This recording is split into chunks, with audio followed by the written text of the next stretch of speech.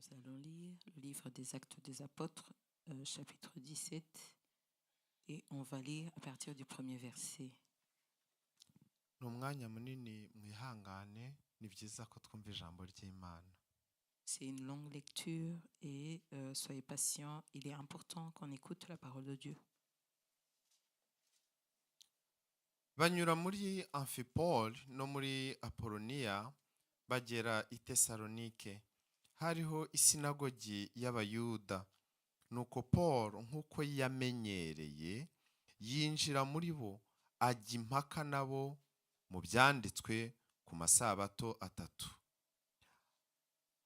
Abibasobanurira abamenyesha yuko Kristo akwiriye kubabazwa no kuzuka mu bapfuye, kandi ati Yesu uwo mbabwira niwe Kristo. Bamwe muri bo barabyemera, bifatanya na Paul na Sila n'Abagiriki bubaha Imana benshi nabo nuko, n'abagore b'icyubahiro batari bake. Ariko Abayuda bagira ishyari, bajyana abagabo babi b'inzererezi ziba mu maguriro, bateranya igitero, batera imidugararo mu mudugudu, batera inzu ya Yasoni, bashaka gukuramo Paul na Sila ngo babashyire imbere y'abantu. Bababuze, bakurubana Yasoni na bene data bamwe, babajyana imbere y'abatwara umudugudu. Barasakuza bati abubitsi ibihugu byose baje nino. Yasoni arabacumbikira. Aba bose bagomeye amategeko ya Kayizari, bavuga ko hariho undi mwami witwa Yesu. Abatwara umudugudu na rubanda bumvise ibyo, bahagarika imitima, nuko baka Yasoni n'abandi ingwate barabarekura. Uwo mwanya muri iryo joro bene data bohereza Paul na Sila i Beroya. Basohoyeyo binjira mu isinagogi y'Abayuda. Ariko abo bo bari beza kuruta ab'i Tesalonike, kuko bakiranye ijambo ry'Imana umutima ukunze. Bashaka mu byanditswe iminsi yose kugira ngo bamenye yuko ibyo bababwiye ari iby'ukuri koko. Nuko benshi muri bo barizera, n'abagore b'icyubahiro b'Abagiriki n'abagabo batari bake. Ariko Abayuda b'i Tesalonike bamenye yuko ijambo ry'Imana rivugwa na Paul i Beroya, naho bajyayo, boshya rubanda, barababangisha. Uwo mwanya bene data bohereza Paul ngo aveyo ajye ku nyanja, ariko Sila na Timoteyo basigarayo. Nuko abaherekeje Paul bamujyana muri Atenayi, amaze kubategeka kubwira Silasi na Timoteyo ngo bamukurikire vuba cyane, basubirayo. Ariko Paul akibarindiriye muri Atenayi, ahagarika umutima cyane, kuko abonye uwo mudugudu wuzuye ibishushanyo bisengwa. Nuko agira impaka mu isinagogi y'Abayuda n'abubaha Imana, kandi no mu iguriro iminsi yose ajya impaka n'abamusangaga. Bamwe mu banyabwenge bitwa Abepikureyo n'abandi bitwa Abasitoyiko bahura nawe. Bamwe muri bo barabazanya bati uyu munyamagambo arashaka kuvuga iki? Abandi bati ubanza ari umwigisha, ubanza ari uwigisha abantu imana z'inzaduka. Babivugiye batyo kuko yavugaga ubutumwa bwiza bwa Yesu Kristo bwo kuzuka. Baramufata bamujyana muri Areopago, baramubaza bati mbega twashobora kumenya izo nyigisho nshya uvuga izo arizo? ko uzanye amagambo y'inzaduka mu matwi yacu. Nuko rero turashaka kuyamenya ayo ariyo, kuko abanyatenayi bose n'abasuhuke baho batagiraga icyo bakora keretse gushyushya inkuru no kumva ibyadutse. Nuko Pawulo ahagarara hagati ya Areopago aravuga ati, bagabo b'abanyatenayi, mbonye muri byose ko mukabije kwibanda mu by'idini. Ubwo nagendagendaga nitegereza ibyo musenga, nasanze igicaniro cyanditsweho ngo icy'Imana itamenywa. Nuko iyo musenga mutayizi niyo mbabwira. Imana yaremye isi n'ibiyirimo byose.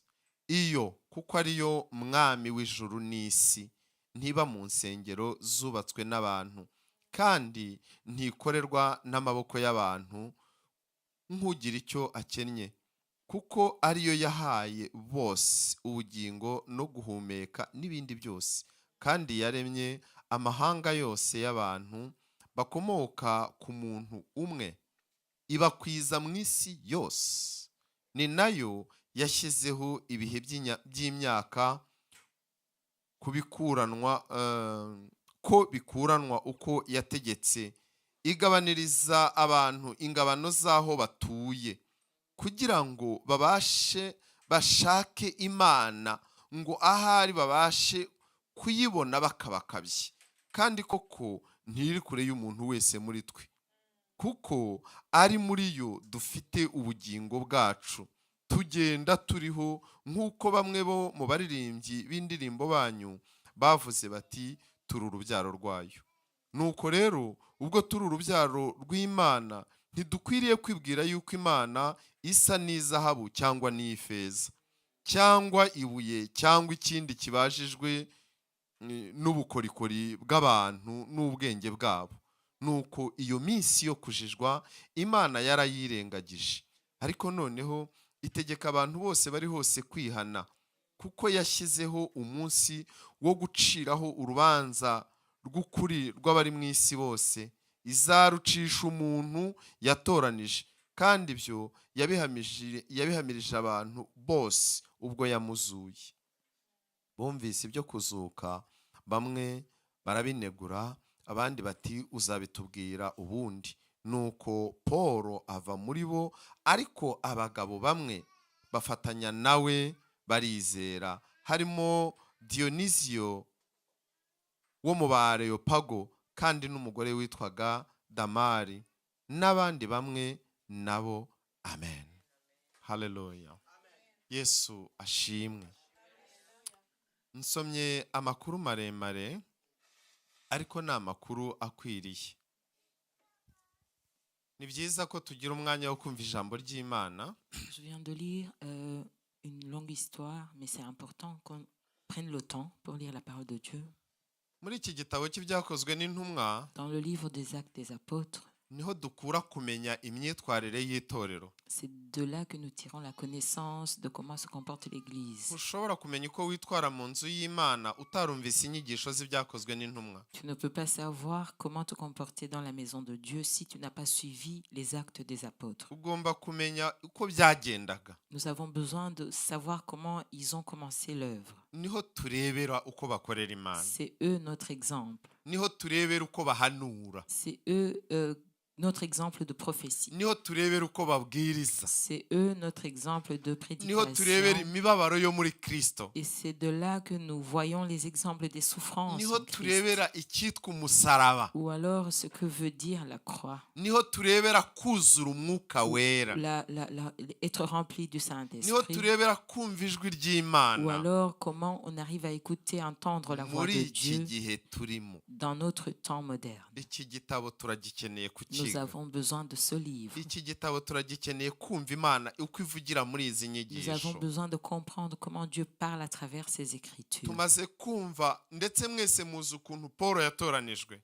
Tout le monde sait comment Paul a été choisi ou élu. Imana yari yaratoranije abantu batandukanye muri Kristo Yesu. Dieu a élu beaucoup de gens en Christ Ndetse Yesu Jésus. yari yaratoranyije intumwa amaranye nazo imyaka 3. Et Jésus avait choisi ses disciples pendant 3 Ariko années. igihe cyaje kugera atoranya undi muntu. Mais le temps est venu où il a choisi une autre personne. Ndetse n'igihe yabatizwaga abantu bamugizeho ikibazo gikomeye. Et quand il a été baptisé, les gens avaient été confus par rapport à lui. Kubera ko ntiyari ameze uko abantu babyikeka. Parce qu'il n'était pas comme les gens s'attendaient qu'il soit. Ndetse ntiyitwaraga nk'uko abandi bitwaraga. Et il ne se comporte pas comme les autres. Imana rero icishaho wowe udatekereza. Les chemins de Dieu ne sont pas nécessairement comme toi tu t'y attends.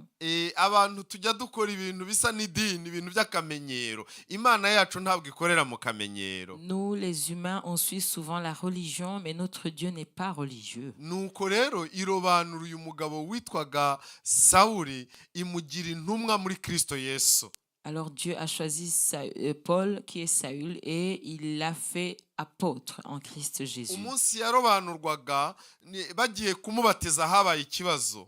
Le jour où il a été choisi, à son baptême, il y a eu confusion. Kugeza ubwo uwamubatizaga yabwiye Yesu atari ku mwami, ntabwo we waba uzi amakuru y'uyu muntu urimo uvuga ngo tubatize. Ananias, qui était envoyé pour baptiser Saül, a dit à Jésus, est-ce que tu ne connais pas l'histoire de cet homme? Si umuntu utunganye, Ce n'est pas quelqu'un de bien. afite ubuhamya bubi, Il a un mauvais témoignage. ntabwo atunganiye kugukorera. Il n'est pas correct pour te servir. Ariko Yesu aravuga ngo uwo nguwo ureba, Et Jésus lui dit, uwo umeze kuriya celui-là tel que tu le ni connais, igikoresho c'est nitoranyirije, instrument que je me suis ni choisi. jyewe Je wamurobanuye. l'ai élu moi-même. Haleluya. Amen. Ni igikoresho C'est nirobanuriye. un instrument que moi-même j'ai choisi. Namurobanuriye kugira ngo azampeshe Et icyubahiro. pour qu'il me glorifie. Azankorera mu Bayuda. Il me servira parmi les Alléluia. Juifs.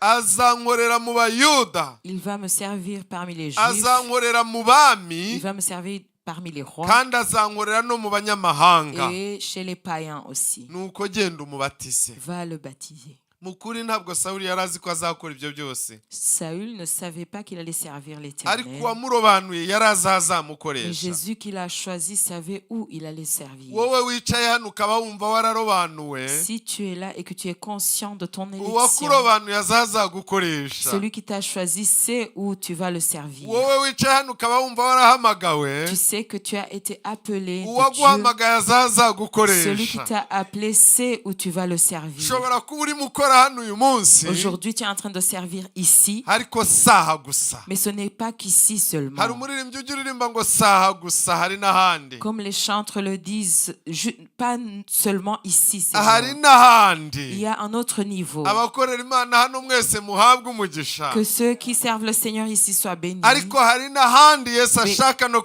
il y a une kubakoresha. autre dimension de service Hari aussi. n'urundi rwego Il y a un azabagezaho. autre niveau que vous allez atteindre. Nanjye Imana impe umugisha Et que Dieu aussi m'aide, me bénisse kubinkoresha aha ngaha. à son service ici. Ariko nanjye ishobora no kunkoresha n'ahandi. Mais il y a une autre dimension aussi. Imana ihabwe icyubahiro. Que Dieu soit loué.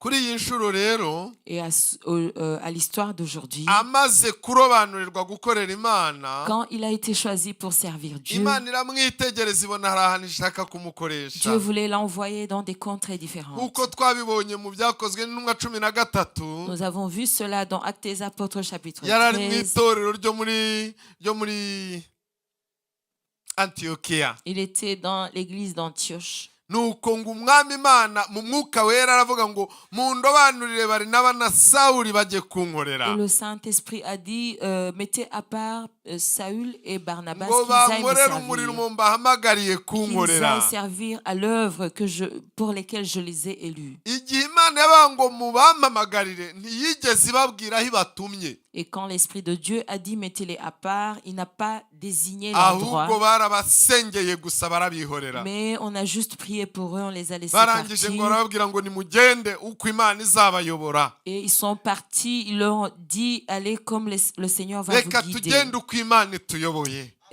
Allons comme le Seigneur nous reka guide. turirimbe uko imana ituyoboye Chantons sous la direction reka de Dieu. tubwirize uko imana ituyoboye Prêchons sous l'autorité reka de Dieu. dutange amaturo uko imana Offrons ituyoboye à Dieu sous son reka autorité. tujye mu materaniro uko imana ituyoboye Allons nous réunir en assemblée comme Dieu nous ngo ordonne. baragenda rero muri izo ngendo bagiyemo Et ils ont commencé les voyages. ingendo zabo rero nizo tugiye kumva Et ici, nous avons lu un de leurs voyages. uru rwari rumwe mu ngendo bari bafite rwa kabiri C'est un deuxième voyage qu'ils accomplissaient. rwari urugendo rutoroshye Et c'était un voyage difficile. urwa mbere barukora Lors de leur premier voyage, ntabwo rwagoranye nk'urwa kabiri il n'était pas aussi difficile que le deuxième. urwa mbere baragiye bavuga ubutumwa ahantu hose birabakundira bagirana utubazo hagati yabo gusa ariko barongera basubira mu murimo Là où ils étaient partis pour le premier voyage, c'était beaucoup plus facile, sauf qu'il y a eu des mésententes entre eux. igihe rero cyaje kugera bategura urugendo rwa kabiri Et le temps est venu, ils ont programmé un deuxième voyage urugendo rwa kabiri d'évangélisation. ntabwo bari n'aba bari bari kumwe Et dans le deuxième voyage, Barnabas n'était pas avec eux kubera ko yagiranye nawe ikibazo mu nzira parce qu'ils ne se sont pas entendus sur quelque chose. Au hari cours igihe du abantu chemin. bahamagarwa n'imana ariko bakaba bagirana ibibazo Ça peut arriver que les enfants de Dieu aient une occasion de mésentente. kandi iyo bagiranye ibibazo niba bivuga ko babaye abanyabyaha Et cela ne veut pas dire qu'ils deviennent pécheurs. kudahuza n'umuntu ntibivuga ko yabaye Ne umunyabyaha pas s'entendre sur une chose avec une personne, ça ne fait pas d'elle un pécheur. icyaha gitandukanye no kuba utumvikanye n'umuntu kutemeranya nawe ijambo iri n'iri Le péché est différent d'une quelconque mésentente. igihe rero kiza kugera muri uru rugendo bajya ngo aho bita i makedoniya Alors ils sont partis en Macédoine. urugendo rwo kujya i makedoniya barugiriyemo ingorane ntabona uko mbabwira Et pendant ce voyage, ils ont eu des problèmes. ariko umwuka wera w'imana yari ari kumwe nabo Mais l'Esprit de l'Éternel était avec iyi eux. imana iguhamagaye byanze bikunze ikwereka ko muri kumwe Dieu te montre qu'il est toujours avec toi quand il t'a appelé. imibabaro ntiyikuraho Les souffrances peuvent ariko venir, ubutsinzi buba buhari mais la victoire marche avec nous. haleluya Alléluia. imibabaro ntiyikuraho ni nako mwabiririmbye ariko ubutsinzi buba buhari Les souffrances sont toujours là, mais nous avons aussi la victoire en même temps. urwo rugendo bakoze Le voyage qu'ils ont effectué, ngo bageze ahantu bibaza ko bakwiye kujyaho bita imosiya pendant leur voyage, ils ont pensé qu'ils devaient aller à un Mosia. endroit appelé Mosia. ariko bagiye kujyayo ngo umwuka wa kristo ntiyabakundira Mais l'Esprit de l'Éternel ne leur a pas permis. ndetse ngo bashaka kujyaho bita igaratiya Et ils voulaient aller en Galatie aussi. umwuka wa kristo Mais ntiyabakundira l'Esprit de Jésus ne leur hari permit igihe pas. umwuka akohereza ariko ntakubwire aho ugiye Souvent, tu pars sous la direction de l'Esprit, mais tu ne sais pas où ngo aller. baricara bafata umwanya wo gusenga Et ils ont pris le temps de prier. bigaragara ko bari mu bwato Ça se voit qu'ils étaient dans un mugeze bateau. aho hantu ni ahantu n'ibirwa ni ku birwa Ce ni sont ahantu des hatandukanye îles. ariko bagiraga izo ngendo baturutse aho kure banyura mu nyanja Ils voyageaient dans des Muri bateaux, dans des Méditerranée. navires d'île en île. icyo kintu cyo urwo rugendo rwose bakoze ruteye rutyo bagendaga bashakisha ngo ahari imana itwemereye kujya ahangaha Alors à chaque fois, ils essayaient de voir où l'Esprit de Dieu voulait qu'ils aillent pour l'évangélisation. ariko imana bakayibaza ngo uratwemereye tubwirize aba bantu Et à chaque fois, ils demandaient à Dieu s'il permettait qu'ils prêchent dans la contrée. uko babibazaga imana ikababwira ngo oya Et que ce soit à Mysie ou Galatie, Dieu n'a pas permis. nawe wibaze imana ikubwiye oya kandi wamaze kugenda Imagine-toi maintenant quand tu te diriges vers quelque part et Dieu te dit non. mbese kenshi iyo imana iguhakaniye wumva uguwe neza Est-ce que c'est agréable quand Dieu nous dit non alors qu'on avait une idée? twebwe abari hano dukorera imana iyo imana iguhakaniye wumva uguwe neza Est-ce que ça nous plaît quand nous faisons face à un non de la part mbese de Dieu? tujya dufata ibyemezo ku giti cyacu cyangwa tubaza imana Ou est-ce que nous prenons des décisions sous personnelles ou alors nous agissons sous l'effet de nk'uko Dieu? twabivuze dukwiye kumva uko izi nyigisho zanga zo muri iki gitabo zivuga. Nous avons dit que ces enseignements de ce livre nous servent d'exemple. ngo bafashe urugendo ariko ntibashoboye kujya aho bashakaga kujya hose. Ils ont commencé le voyage, mais ils n'allaient pas où eux ils voulaient. ngo umwanya umwe uza kugera ari nijoro barasenga ariko bararyama. Un soir, ils ont prié et ils dormaient. baryamye Paul ararota, kame mu kurota ni mu ijoro. Et Paul a une vision. izo nzozi yagize rero ngo yabonye umugabo w'umunyamakedoniya amubwira ngo ngwino iwacu. Il a vu un Macédonien qui lui apparut et lui dit passe en Macédoine. ngo arababwira ngo bene data mbonye umunyamakedoniya avuga ngo ninzi wabo mbatabare. Et au réveil, Paul dit à ses compagnons de voyage qu'il a son songe, ce qu'il a vu. ati rero muhaguruke ubu mwuka w'Imana atwemereye kujya i Makedoniya. Et ils ont conclu que le Seigneur les appelait à annoncer la bonne nouvelle en Macédoine. berekeye i Makedoniya rero. Et ils sont partis en Macédoine. bahageze murabizi iyo nkuru twarayiganiriye, bageze ahantu hambere hitwa Filipi.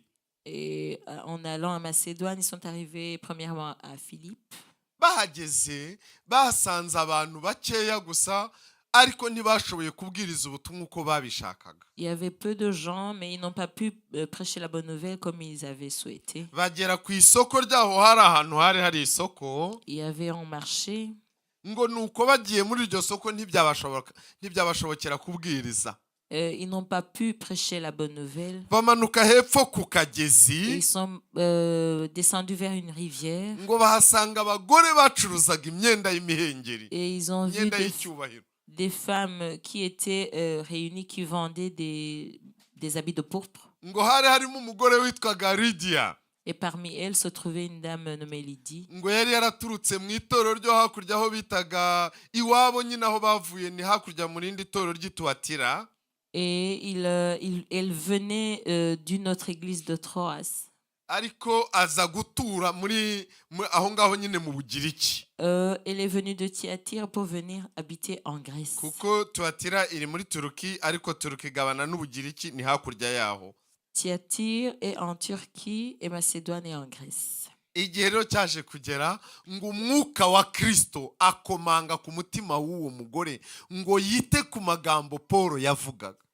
Et la parole de Dieu nous dit que l'esprit du Seigneur Jésus a touché le cœur de Lydie pour qu'elle écoute, qu'elle fasse attention à ce que Paul disait. nk'uko twabiganiriye, ni byiza kumenya ko mu rugendo rwacu turi kumwe n'umwuka w'Imana. C'est important d'être conscient de la présence de l'Esprit de Dieu pendant notre iyo voyage. ubwiriza ubutumwa abantu bumva urabimenya kandi ukanabibona.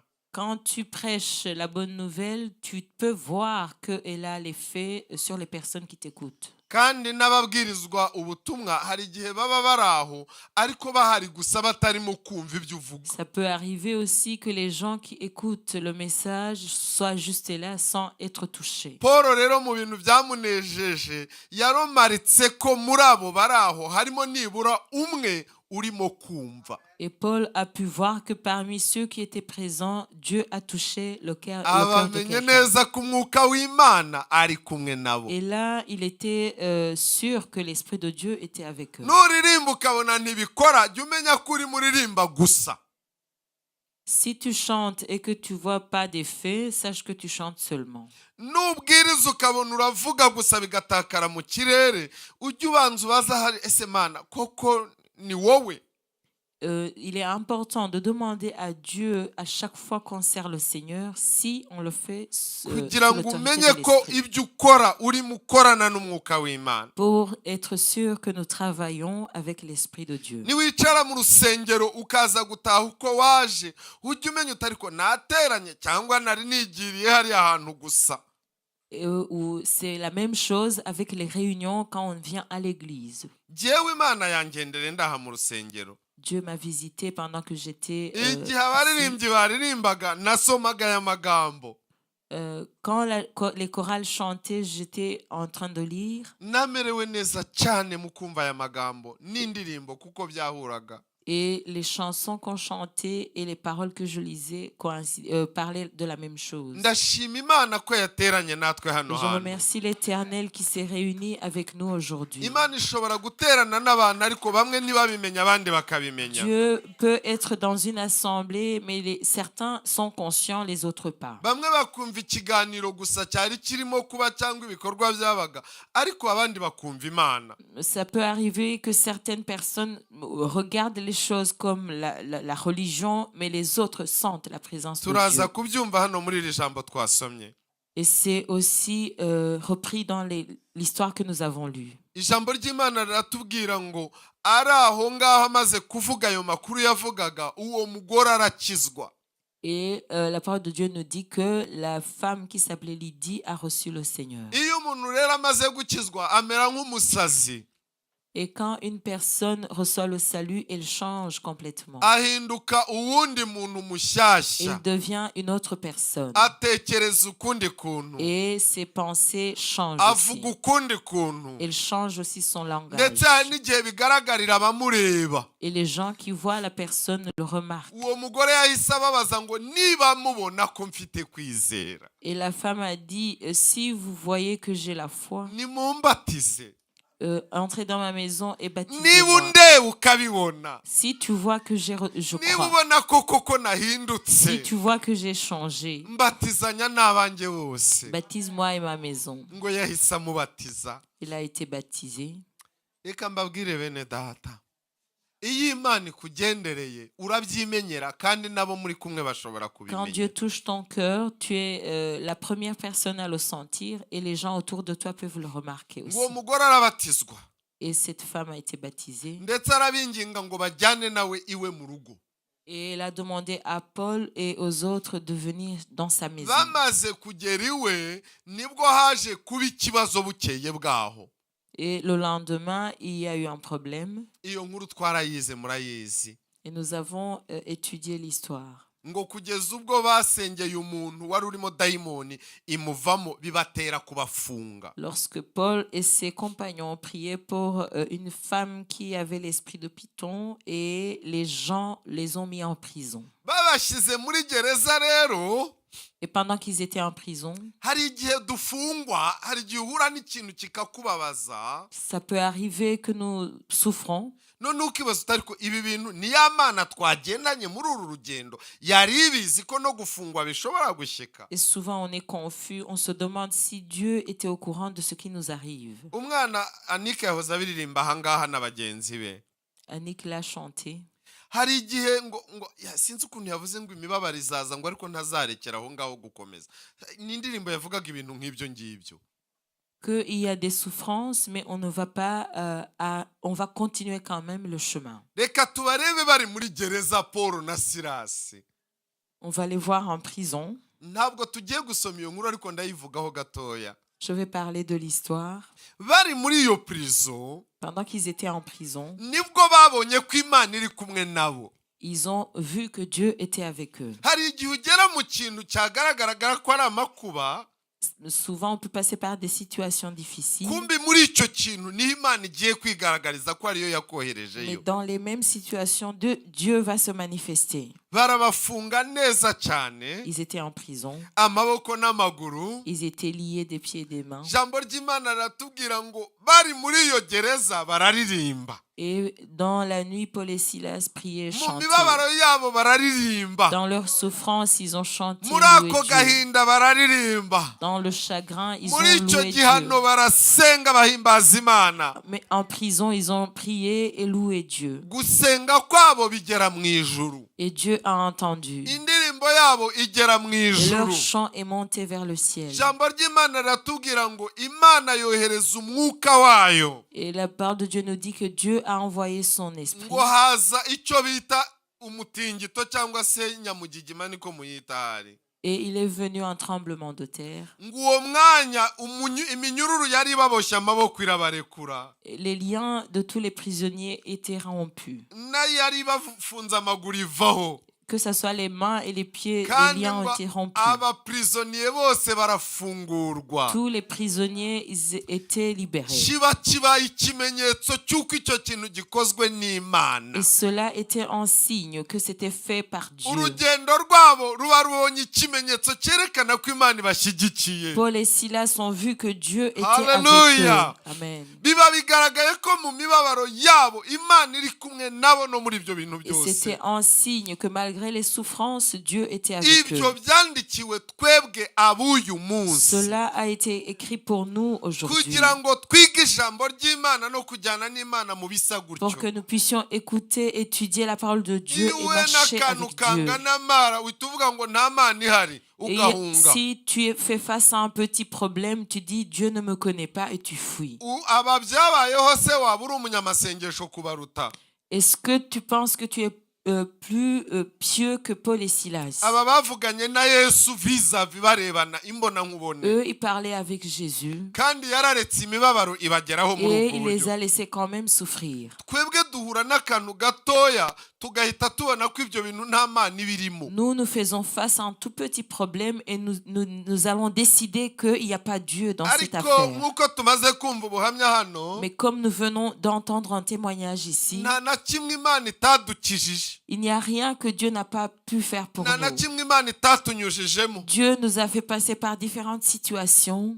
byose wabinyuzemo ariko urongera ugahagarara ukavuga ngo jyewe mbona biriya bintu ari ikibazo. Tu es passé par les situations par lesquelles tu es passé, mais tu dis quand même ça c'est un problème. muri iyo mibabaro bari barimo, Dans les souffrances qu'ils avaient, bo babonye ubwiza ils ont bw'Imana. vu la gloire de Dieu. hari igihe imibabaro itwereka ubwiza bw'Imana, Malgré les souffrances, nous sommes capables de voir la hari gloire igihe de Dieu. ibigeragezo bituma twegera aho Imana irimo ikorera. Et les épreuves nous poussent vers là où Dieu agit. ijambo ry'Imana riratubwira ngo barabafungura muri icyo gitondo, Et la parole de Dieu nous dit qu'ils ont été libérés le matin kuko suivant. n'umuntu wari ushinzwe kurinda gereza yarabirebye ibintu bibaye aratangara. Parce que le geôlier a vu cela et il était aussi ngo étonné. arababwira ati mumbabarire nanjye Et mumbatize. lui aussi, il a cru au Seigneur Jésus. ngo bari babakubise cyane Ils avaient été frappés babarenganya, injustement.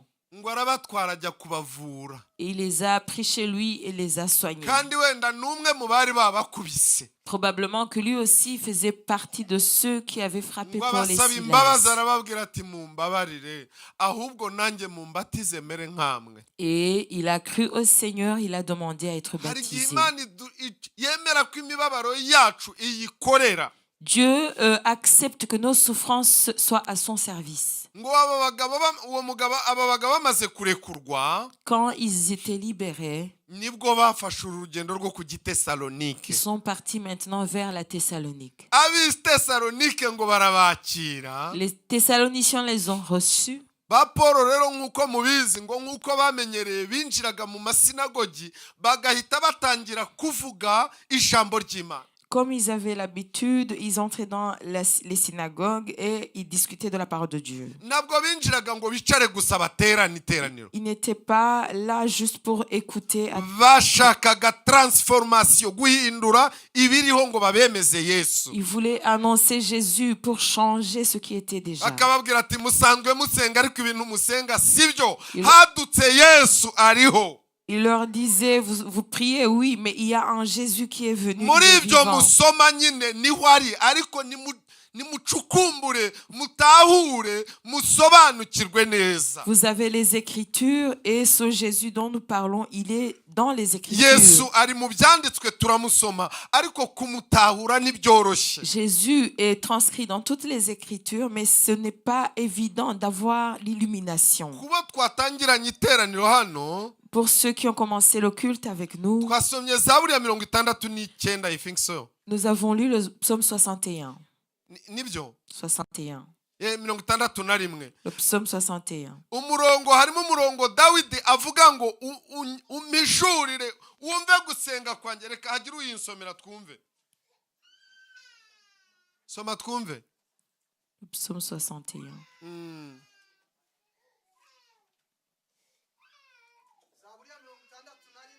Yego.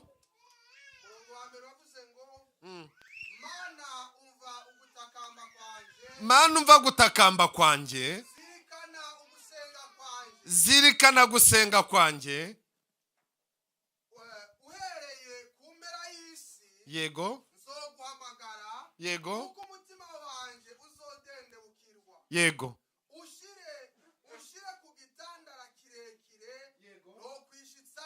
Hagarara aho ngaho, unshyire hehe? Ntagira gute? Icyo gitandara rero. Yego. Conduis-moi sur le rocher que je ne peux pas atteindre. Et ce rocher, Icyo gitandara, ce rocher, mu bundi buryo ntabwo ari igitandara gusa, ce n'est pas juste un rocher, ahubwo ni Yesu. mais on parle ici de Jésus. Ni ukuvuga ibyanditswe byera, Ça veut dire que les Écritures saintes, Imana ikwiye kutugirira ubuntu que Dieu nous fasse grâce tugasobanukirwa ibyo ari byo. pour que nous puissions comprendre les Uko Écritures. tubisoma siko bivuga. Parce que juste la lecture ne veut pas dire ce qui en Ngo est. nshyire ku gitandara. Igitandara se ni iki? Conduis-moi sur le rocher. Ntabwo ari ibuye nk'iki kintu Mais le kikiri aho. rocher dont on parle, ce n'est pas une pierre. Oya, ijambo ry'Imana ritubwira ngo cya gitare Abisiraheli bakubise bakagenda banywa amazi ngo cyari Et la Kristo. parole de Dieu nous dit que le rocher qui donnait de l'eau au peuple juif, c'était Christ. Aha rero arimo arabasobanurira neza Kristo uwo ari we mu byanditswe. Et Paul ici explique aux Thessaloniciens qui est Jésus. Yesu ubwe azutse yari azi ko ubutumwa bugiye kuvugwa, ariko ko abantu bakeneye kumumenya neza. Jésus, à sa résurrection, il savait que son message de l'évangile a été annoncé, mais ils avaient besoin, les gens auraient besoin de la révélation. Mwibukire ijambo yabwiye abigishwa Et écoutez azutse. qu'il a dit à ses disciples, Yamaranye nabo imyaka 3 abigisha. il leur a enseigné pendant 3 années. Uzi kwiga imyaka 3 ubana na Yesu? Ils ont passé 3 années avec Jésus à étudier. Bararana, Ils étaient avec lui tous les jours. biriranwa, basangira badatandukana. 3 années à vivre constamment avec Jésus. Ntibigeze batandukana. Ils étaient toujours avec lui. Babanaga mu ishuri ari abigishwa benyine. Et il les enseignait. Wowe wahura nawe gusa mukagendana ijoro rimwe vis-à-vis mu buryo bw'umubiri. Et si aujourd'hui ça arrivait qu'on puisse voir Jésus physiquement, Cyaba igitangaza gikomeye. ce serait un miracle. Ariko bo babanye nawe imyaka 3 kandi ahora abigisha Izo- anabasengera. Ils ont vécu avec Jésus pendant 3 années. Il les enseignait et priait pour eux. Azutse umva ijambo Et yababwiye. à sa résurrection, il leur dit, Arababwira ngo mukwiye gusobanukirwa ibyanditswe. il a prié pour eux pour qu'ils puissent comprendre les Kandi kuva Écritures. bavutse bari basanzwe bazi ibyanditswe kuko babyawe n'abahanuzi Mais ubwabo. depuis leur enfance, ils connaissaient les Écritures parce que c'était des enfants juifs. Mutega amatwi Imana iguha umugisha. N'abana b'Abayahudi, C'était des juifs. n'abana bavukiye mu byanditswe bahora biga ibyanditswe buri Et munsi. depuis leur enfance, ils ont lu les Écritures. Nawaje arongera abana nabo mu mazu imyaka 3. Et quand Kumanywa na il est nijoro. apparu, il les a enseignés pendant 3 années.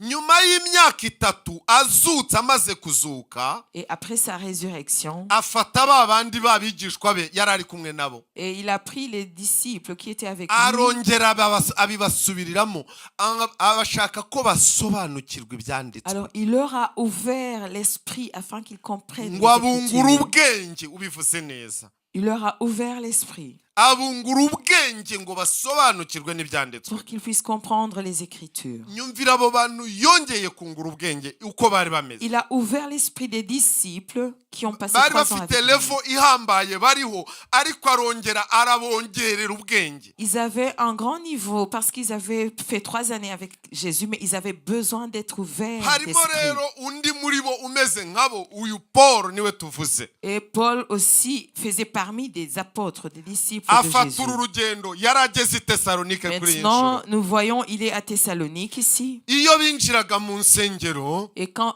ils entraient dans des synagogues, habagaho impinduka.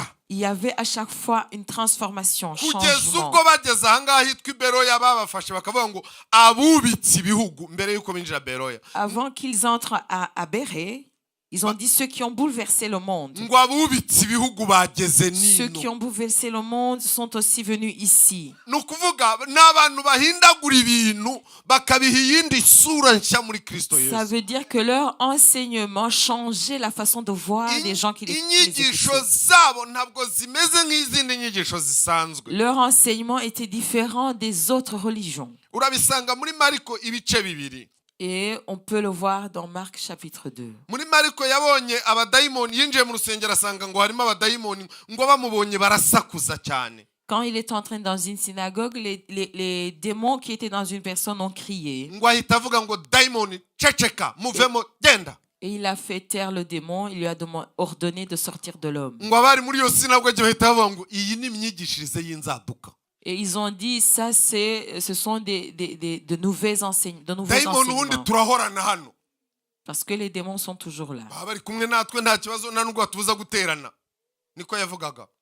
Ils sont là, ils ne dérangent personne. Ariko Yesu yinjiye ahita ababwira ati toka. Mais quand Jésus est entré, il a dérangé les démons, il les a fait sortir. Bivuga ngo mu nyigisho bo bari basanganywe ntibari bafite ubushobozi bwo kwirukana dayimoni. Ça veut dire que les enseignements, la religion qu'ils avaient n'était pas capable de faire sortir un démon. Nicyo cyatumye batangira kuvuga ngo iyi ni imyigishirize y'inzaduka. Et il disait que c'était des enseignements nouveaux. Imana ishimwe cyane. Dukeneye inyigisho nshyashya muri Kristo Yesu. Nous avons besoin d'écouter de nouveaux enseignements en Muri wowe Jésus-Christ. ukeneye kuba mushya muri Kristo Nous Yesu. avons besoin d'être renouvelés en Jésus-Christ. Imana ishimwe cyane. Amen. Niko rero nabo binjiye i Tesalonike. Et c'est comme ça qu'ils sont entrés à Thessalonique. Aho banyuraga hose bakajya bavuga ngo abubitse ibihugu bageze nino. Et quand ils passaient, ils disaient, ceux qui ont bouleversé le monde sont aussi venus chez Bari nous. ahangaha hitwa i Tesalonike niho babagiriye nabi bavuga ngo abubitse ibihugu babagezemo. Et là, on les a maltraités quand ils étaient à Thessalonique. Inyigisho zabo rero Et leur enseignement, zavugaga kuri Yesu. ils pointaient sur Jésus. Berekaga ko yazutse. Ils montraient que Jésus était ressuscité, Berekanaga ko yapfuye mu buryo bw'umubiri. qu'il est mort physiquement Kandi bakavuga ko ari umuntu et qu'il disait qu'il est venu en tant qu'homme wabyawe n'Imana. et qu'il est venu de Dieu. Turaza kubibona hirya. On va le voir. Imana ishimwe cyane. Haleluya. Jambo ry'Imana ratubwira ngo bageze i Beroya, ab'i Beroya barabakira. Et la parole de Dieu nous dit que ceux de Bérée les ont reçus. Ngo barabakira ngo ariko baritonda cyane kugira ngo bumve iby'izo nyigisho Et nshyashya. ils ont reçu la parole avec beaucoup d'empressement. Ngo kugira ngo batahure niba ibyo bigishijwe hari isano bifitanye n'ibyanditswe. Et ils examinaient chaque jour les Écritures pour voir si ce qu'on leur disait était exact. Ab'i Beroya bari abantu batangaje. Ceux de Bérée étaient des gens extraordinaires. Dukwiye kuba abantu bakunda kugenzura ibyanditswe. Nous avons besoin d'examiner les Écritures kugira ngo tumenye koko niba ibyo twigishijwe bifitanye isano n'ibyanditswe. pour voir si ce qu'on nous enseigne est conforme à la parole de Dieu. Ijambo ry'Imana riratubwira ngo ariko nabo ntibabatindanye. Mais ils ne sont pas restés chez eux, avec eux, Ngo bitaratinda habaye ikibazo. parce que des problèmes ont surgi encore. Ishyari bari bagize Les, Thess- abantu b'abanyeshyari b'i Tesalonike bohereje abandi bantu kubagirira nabi i Beroya naho. les Thessaloniciens ont su que Paul annonçait la nouvelle en Bérée et ils ont envoyé d'autres personnes pour les perturber. Naho babagirira nabi. Et ils sont venus agiter la foule. Ushobora kwibaza utari ko ibi bintu biri mu Imana. Tu peux te poser les questions. Pourquoi je suis persécuté tout le temps? Ngo bavuye aho ngaho nabwo bahunze bagombye kubahisha babanyuza ahantu. Et Paul a été envoyé par la mer. On a dû le cacher. Ngo bamwohereza ahantu bita muri Atenayi ni muri Et on l'a envoyé à Athènes, muri Grèce. Byose byaberaga mu Bugiriki. dans la Grèce. Ngo ageze yagenda wenyine baranabatatanije ntibongeye kugendana. Ils sont, Silas et Timothée sont restés et Paul est parti seul Umwe à bakamuhisha hari undi Athènes. bakamuhisha hariya kugira ngo babone uko babajyana batabicira hamwe. On devait les séparer pour éviter qu'on les tue ensemble. Ijambo ry'Imana ratubwira ngo ageze muri Atene muri Atenayi. Et quand il est arrivé à Athènes, hari igihe ugera ahantu ibyaremwe nabyo n'ibihari bikakwigisha bikaguha uburyo bwo kuza kuvuga ubutumwa tu peux arriver à un endroit et la situation de l'endroit te pousse à prêcher ngo le ahageze message. atangira kwitegereza ibyo abo bantu basengaga abinyuzamo amaso akagenda areba Paul, il regardait autour de lui comment les Athéniens vivaient. ijambo ry'Imana nk'uko naribonye ngo barasengaga ariko basengaga Imana. Et Paul a vu que les Athéniens priaient, mais ils priaient des idoles mu buryo butandukanye. de différentes façons. Imana ishimwe cyane. Reka ndebe umurongo twasomaho ibice 17 n'umurongo wa 17. Chapitre 17, verset 17. Nuko agira impaka mu isinagogi y'Abayuda n'abubaha Imana kandi no mu iguriro iminsi yose ajya impaka n'abamusangaga. Dusomere iyo Mana wumva iyo ariyo ivugwa aho ngaho. Verset 17. We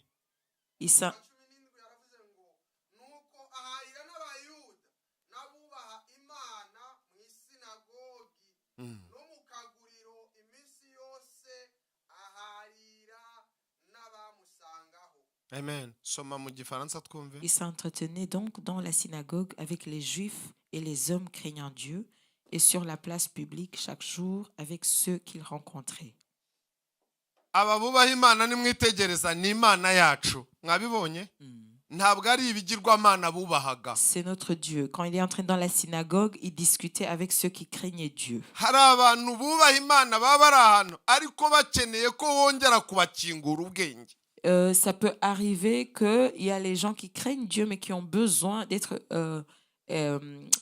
d'avoir la révélation de l'Esprit. Abungura ubwenge nabo. Et eux aussi, il leur a ouvert Ngo l'Esprit. ariko bamubonye babanza kujya impaka. Mais avant, ils ont discuté avec lui. Baravuga bati se uyu munyamagambo wadutse none avuye he? Il disait, mais d'où vient ce discoureur? Ngo yari umugabo w'imvuzivuzi kuko abanyatenayi niko bari bameze. Il y avait des philosophes à Athènes. Ngo bari bafite amagambo atari makeya. Ils parlaient beaucoup.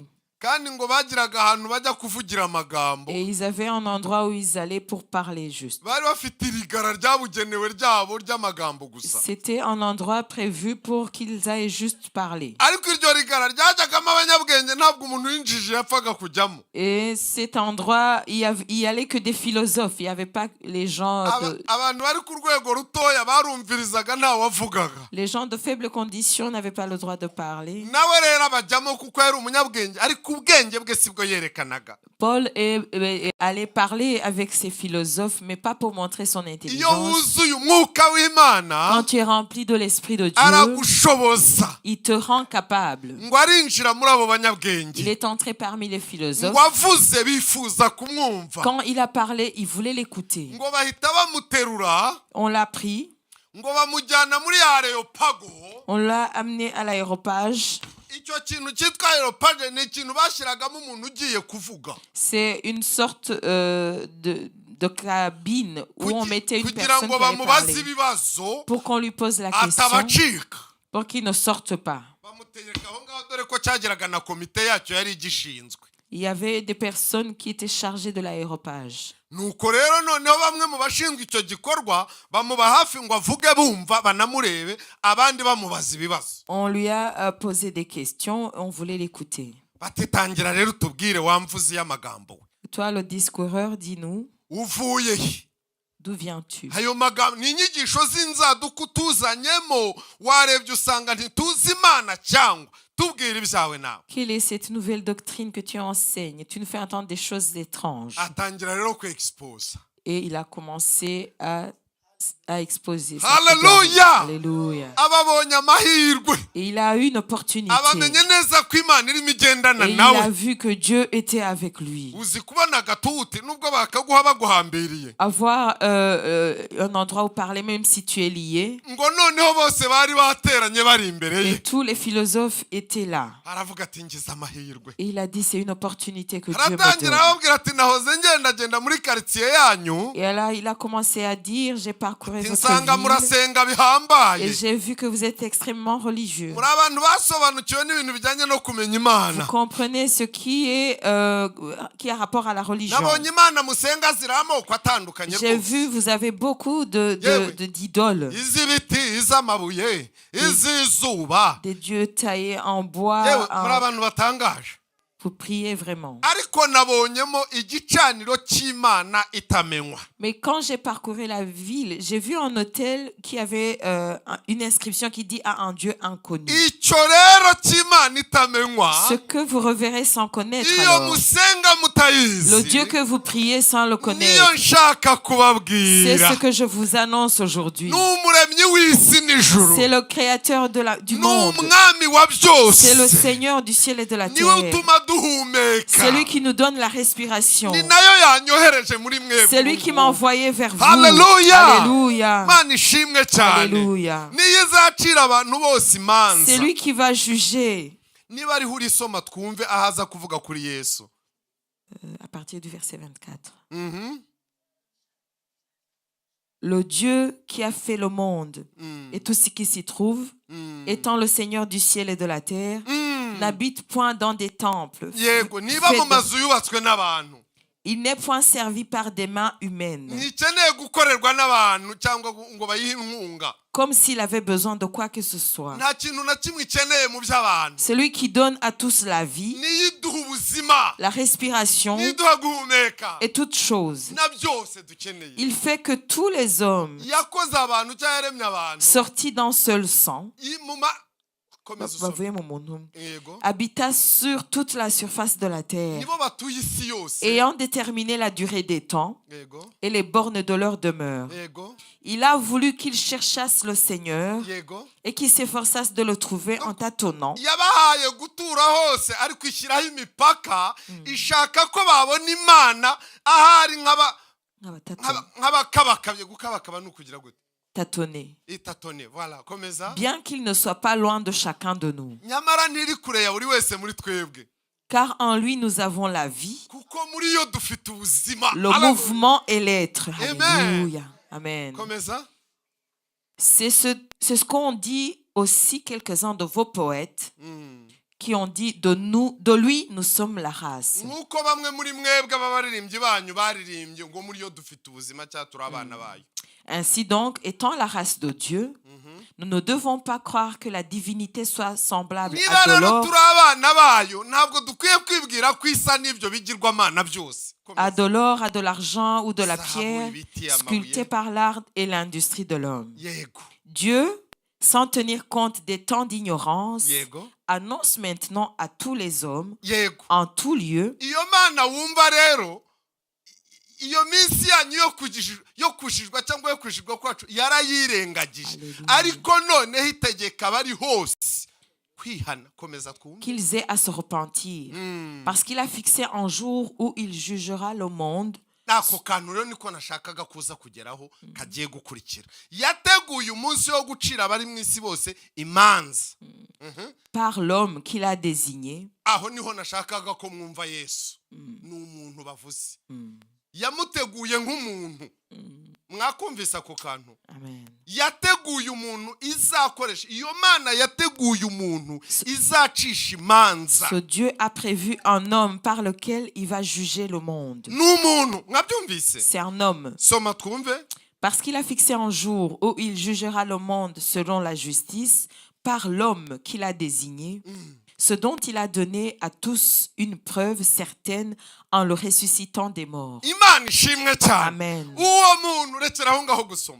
uwo muntu Imana yateguye L'homme que Dieu a désigné, yamaze kubyerekana ko ari we izakoresha icira isi yose imanza ubwo yamuzuraga. il a donné la preuve à tous une preuve certaine en le ressuscitant des morts. abo banyabwenge wumva batinya ikintu cyitwa umuzuko kuko bazi ko ari ibintu impossible. Les philosophes qui écoutaient Paul, ils ont peur de la résurrection parce qu'ils pensent que c'est impossible. ngo bakimara kumva ayo makuru ajyanye n'ibintu byo kuzuka, Alors, lorsqu'ils entendirent parler de résurrection des morts, ngo ntabwo bamerewe neza. Gasome bakumve. lorsqu'ils entendirent parler de résurrection des morts, les uns se moquèrent, Baramusetse, les autres dirent, abandi baravuga nous t'entendrons là-dessus une autre fois. yewe tuzakumva ikindi gihe. Ainsi, Paul se retira du milieu d'eux. Yego, Paul abavamo.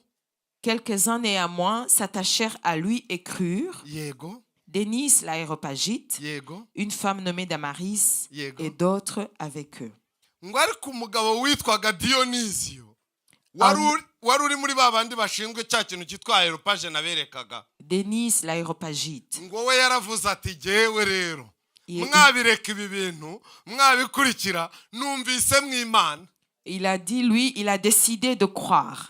Bari abantu benshi cyane, Il y avait du monde. ariko uwo nguwo aravuga ati jyewe Dionisio nubwo nkuri ibi bintu bya aeropage ngo numve izi mpaka zose, ariko nizeye iyi Imana uyu mugabo atubwiye. Denis, il a décidé, il a dit, malgré que je sois aéropagiste, je crois en ce Dieu dont Paul parle. Umugore witwaga Damari nawe yarahari. Et il y avait aussi une femme appelée Damaris. Damari aravuga ati nanjye ndizera iyo Mana y'uriya mugabo. Et Damaris aussi, elle a cru en ce Dieu de Paul. Abo bene data rero iyo babonaga nubwo umuntu umwe gusa yakizwa, Et les frères, quand ils voyaient même une seule personne sauvée, baravugaga bati Imana ishimwe, ils louaient le itorero Seigneur. rirabonetse, Une église vient de naître. itorero Une rirabonetse. église vient de naître. Nuko itorero ry'Ikorinto ryo muri Atene mu Bugiriki ryabonetse. C'est comme ça que est née l'église à Abo Athènes en babiri Grèce. baba barahagije ku itorero. Il y avait d'autres avec eux.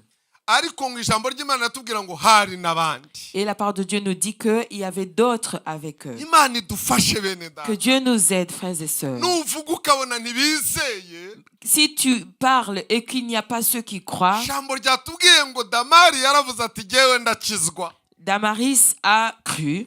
Muri aba bantu hashobora kuba harimo Damari.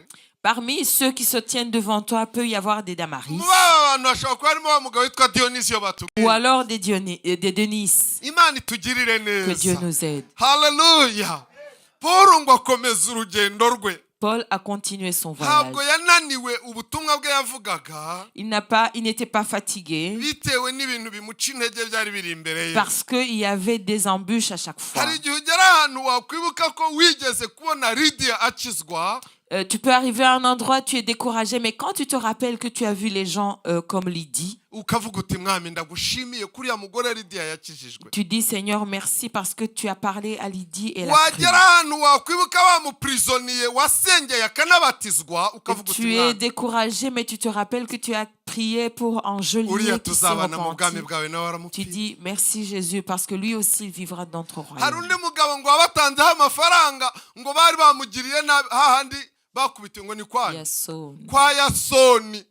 Quand tu te rappelles qu'il y a un certain Jason, Ukavuga uti mwami ndagushimiye ko abameze nka Yasoni bariho. tu dis merci Seigneur parce qu'il y a des Jasons ici. Ba Yasoni ni benshi, ba Lydia ni benshi, baba prisonnier ni benshi, Il y a beaucoup de geôliers, il y a des Jasons et des ba Lydie. Damaris ni benshi tumaze Damaris. kumva, ba Denisi tumaze kumva ni benshi. Il y a beaucoup de ceux qui croient en Jésus. Ubu rero namwe mwese hano mufite bene abo bantu inyuma yanyu mwagiye mukorera ibyo. Et vous avez aussi derrière vous aujourd'hui les gens qui sont derrière vous pour qui vous avez annoncé le message. Mu mashimwe tumaze kumva muri iri teraniro, Nous avons entendu les actions de grâce ici. hari uhagaze aha ngaha aravuga ngo ibintu nakavuze ngo sinabivuga neza, reka mpamagara umwe muri mwebwe abimvugire. Elle a dit, moi, mon témoignage, je ne pourrais pas bien le dire. Il y a une autre personne qui va le dire. Mbese mwari muziranye kuva kera?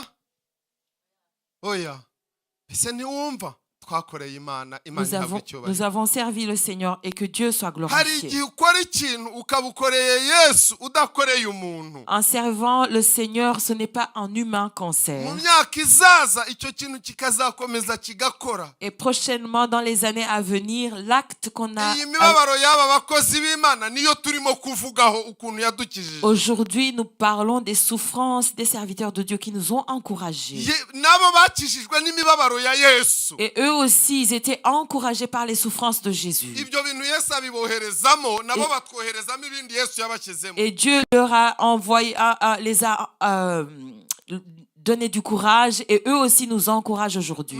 Yesu asenga yaravuze ngo mwami sinsengera aba bonyine, Et Jésus, quand il priait pour ses disciples, il a dit, je ne prie pas pour eux ngo seulement, ahubwo ndasengera n'abazizezwa n'ijambo abangaba mais je bazavuga. prie aussi pour ceux qui vont croire par la parole de Ibintu ceux-ci. by'Imana bigenda bihererekanywa Et n'uruhererekanywa. alors le royaume de Dieu, c'est une continuité. Hano mujya muririmba Ici, vous chantez kandi mukanezerwa. et vous vous réjouissez dans le Ese Seigneur. indirimbo muririmba nizo mwahimbye cyangwa hari bene data bazihimbye? Les chansons que nous chantons aujourd'hui ont été composées par d'autres, des frères et sœurs. Niko Imana itugirira. Et c'est ce que le Seigneur fait pour Igenda nous. idukirisha ibyo abandi yabakirishije. Il nous encourage par ce qui a encouragé les frères. Imana itugirire neza. Alléluia.